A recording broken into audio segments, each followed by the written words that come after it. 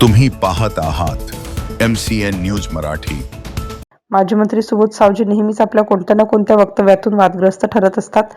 नुकतेच त्यांनी भोंदूबाबा अशोक खरात प्रकरणामध्ये बळी पडलेल्या पीडित महिलांविरोधात बेताल वक्तव्य करत महिला स्वतःवरच अत्याचार करून घेत असल्याचे वादग्रस्त विधान केले आहे। त्यांच्या या विधानामुळे महिला वर्गांमध्ये तीव्र संतापाची लाट पसरली आहे। सुबोध सावजी यांच्या या वक्तव्याविरोधात 17 एप्रिल रोजी खामगाव शिवसेना महिला आघाडीच्या वतीने निषेध व्यक्त करत येथील उपविभागीय पोलीस अधिकारी प्रदीप पाटील यांची भेट घेऊन सुबोध सावजी यांच्या विरुद्ध कडक कारवाई करण्याच्या मागणीचे निवेदन दिले। तसेच सुबोध सावजी यांनी माफी न मागितल्यास त्यांच्या घरी जाऊन त्यांच्या तोंडाला काळे फासू आणि त्यांना शिक्षा देऊ असा इशारा सुद्धा शिवसेना महिला आघाडीच्या वतीने देण्यात आला आहे। MCN न्यूज मराठीकरिता शेख अजीज मोहम्मद, खामगाव।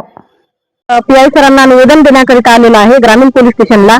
पूर्ण शिवसेनेच्या महिला इथं खामगाव इथं पोलीस स्टेशनला उतरलेल्या आहेत आणि त्यांचं एकच आहे की तुम्ही जे आहेत माजी मंत्री सुबोध सावजी यांना तुम्ही जास्तीत जास्त जेवढ्या लवकर होईल एवढ्या लवकर तुम्ही कारवाई करा, नाहीतर आम्ही आमच्या पद्धतीने जे काय करायचं आहे ते आम्ही आमच्या पद्धतीने त्यांच्यावर कारवाई करू, त्यांच्या तोंडाला काळं फासू। आमच्या परीने जेवढ्या महिला घेऊन जाता येतील एवढ्या महिला घेऊन त्यांच्या घरी जाऊन आम्ही त्यांना जी सजा द्यायची ती आमच्या परीने नाहीतर देऊ।